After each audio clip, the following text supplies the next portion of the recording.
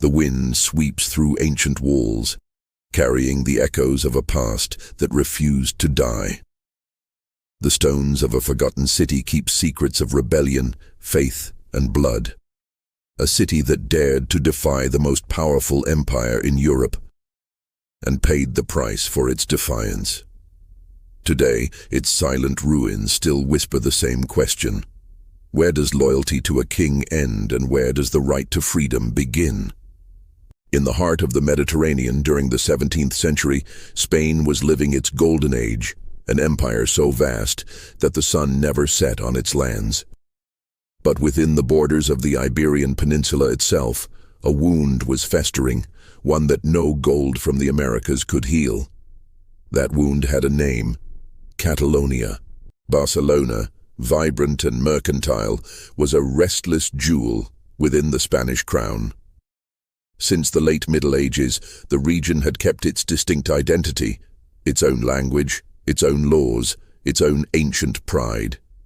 But the winds of politics and war were blowing hard, and in 1640, a single spark ignited centuries of tension. Spain, exhausted by its wars against France, demanded ever more resources and soldiers from its provinces. Castilian troops were sent to the northeast, bringing with them abuse, taxes, and humiliation. The Catalan peasants, forced to host the king's armies, began to rebel. In the summer of that year, blood ran through the streets. On June 7, 1640, during the feast of Corpus Christi, the people armed themselves with sickles and sticks. What began as a riot turned into a massacre. The viceroy, the king's representative, was hunted down and killed.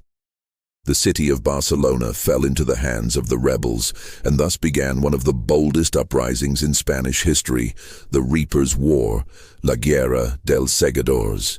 The air was thick with euphoria and terror. The streets of Barcelona pulsed like a heart on fire. Simple men, once subjects, now saw themselves as liberators.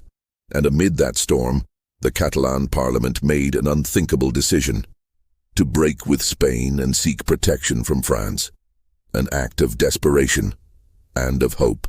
Across the Pyrenees, Cardinal Richelieu, the same who pulled the strings of power under King Louis XIII, saw a golden opportunity. If Catalonia joined France, Spain would be weakened. And so, French armies crossed the border, promising protection, but bringing with them a new master. The people of Barcelona believed they were fighting for freedom, but slowly realized they had exchanged one distant king for another just as relentless. The French flag waved over the city walls, and Barcelona became the stage for a conflict that transcended its own ideals. For nearly 12 years, Catalonia lived divided between loyalty and survival. On one side, the pride of being Catalan. On the other, the harsh reality of being a pawn in an imperial game. The cold of the mountains and the heat of the plains bore witness to brutal battles, endless sieges, and silent betrayals. In 1652, the final siege began. The troops of King Philip IV marched upon Barcelona, determined to crush the rebellion once and for all. Hunger became a weapon more lethal than swords. The bells of the cathedral no longer rang for masses, but for funerals. The streets, once filled with music and trade, turned into corridors of despair. And then, on a grey October day, the walls gave in. The Spanish army entered triumphantly, but found a broken city, not in spirit, but in body. The revolt had been crushed, yet the dream of autonomy remained dormant, waiting another century to awaken.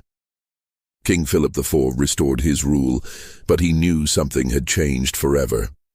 The loyalty of the Catalans would never again be blind, and though defeated, Catalonia preserved its language, its laws, and its pride. Today, walking through the narrow alleys of the Gothic Quarter, beneath the shadows of cathedrals and ancient palaces, one can still feel the weight of that history. Every stone seems to echo a cry that says, "We are more than a territory. We are an idea." Time has passed. Empires have fallen. Barcelona has reinvented itself countless times. It became a symbol of modernity, art, and resistance.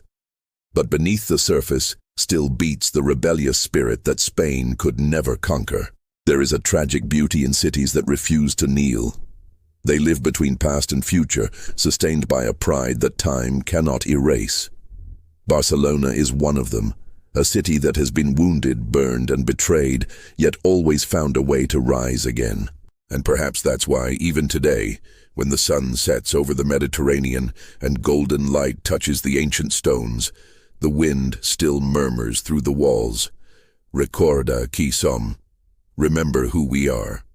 Because true conquest never belongs to empires, but to memory. And as long as there is memory, there will be rebellion. Barcelona, the city Spain could never conquer.